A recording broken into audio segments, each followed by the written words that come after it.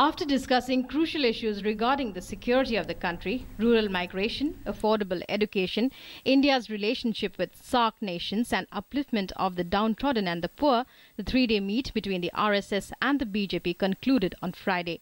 Replying to the Congress criticism on union ministers attending the conference, RSS Joint General Secretary retorted that people who ran a remote government do not have a moral right to raise such questions.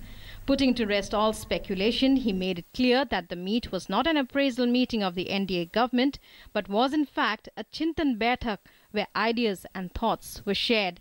Bharat के लोगों के मन के agenda को लेकर भारत के सरकार काम करे और नरेंद्र मोदी नेतृत्व के सरकार इस दिशा में आगे बढ़े, यही हमारी कामना है और काफी हद तक उस दिशा में वो जा रहे हैं. The meet also discussed ceasefire violations by Pakistan, terrorism and Maoist violence. The RSS made it clear that it favors cordial relations with each and every neighboring country, including Pakistan, and cultural contact should increase. The issue of new statistics and population census was also discussed and will be taken up afresh in a meeting in Ranchi. On the issue of Ram Temple, it is adopting a wait-and-watch policy. Hindu समाज के संत महात्मा धर्मात्मा धर्म संसद इस विषय को समय समय पर वो दिशा देते हैं, कार्यक्रम तय करते हैं.